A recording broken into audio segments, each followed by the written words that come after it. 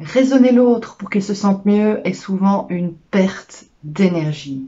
Thomas Gordon parle des messages risqués pour décrire ces mots que nous adressons parfois à l'autre pour qu'il se sente mieux parce qu'il est mal et qui pourtant ne sont pas faciles à recevoir pour lui parce qu'il a besoin d'écoute avant tout.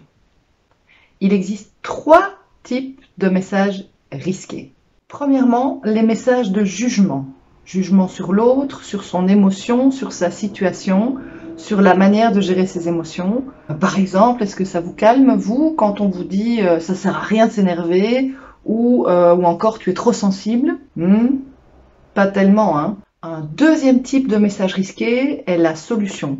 Le conseil que vous donnez à l'autre pour qu'il dépasse sa difficulté, alors qu'il a juste besoin de déposer son paquet et qu'il n'est absolument pas en état de trouver les solutions. Imaginez que vous rentrez du boulot et que vous racontez vos frustrations de la journée et qu'à ce moment-là, votre moitié vous dise « Mais fais comme moi, ça ira mieux » ou « Fais comme ceci » ou « Fais comme cela ». Énervant, non? Troisième type de message risqué, la diversion, qui consiste à évacuer l'émotion de l'autre en faisant une blague, en changeant de sujet ou en ramenant l'attention à vous en parlant de votre expérience. Vous en connaissez, vous, des personnes qui vous interrompent en plein stress, en pleine explication, pour rigoler et blaguer sur ce que vous vivez ou pour raconter leur vie? Par exemple, ils vont vous dire oh, « J'ai vécu un truc encore pire, faut que je te raconte ». Ces messages risqués de jugement, de solution et de diversion, nous les envoyons tous à certains moments, avec la bonne intention d'apaiser l'autre au plus vite et de l'apaiser de sa souffrance le plus rapidement possible. Sauf que ça fonctionne pas très bien.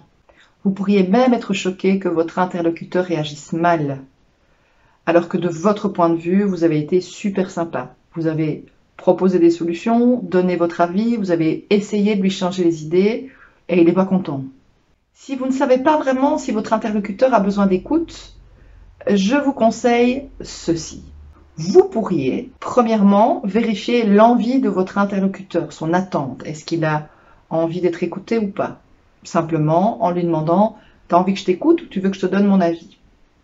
Deuxièmement, en stoppant votre discours, vos messages risqués, vos solutions, votre avis, votre diversion, pour l'écouter à nouveau, en vous rendant compte dans son langage non verbal qu'il désapprouve votre intervention intempestive. Troisièmement, vous pourriez l'écouter avant tout, et une fois qu'il a vidé son sac, et à ce moment-là seulement, lui donner votre vision des choses. Ou alors, vous pourriez faire un message risqué en conscience et assumer le fait que l'autre ne va peut-être pas bien le prendre. Ça peut d'ailleurs vous arranger avec certaines personnes très plaintives que vous n'avez simplement pas envie d'écouter.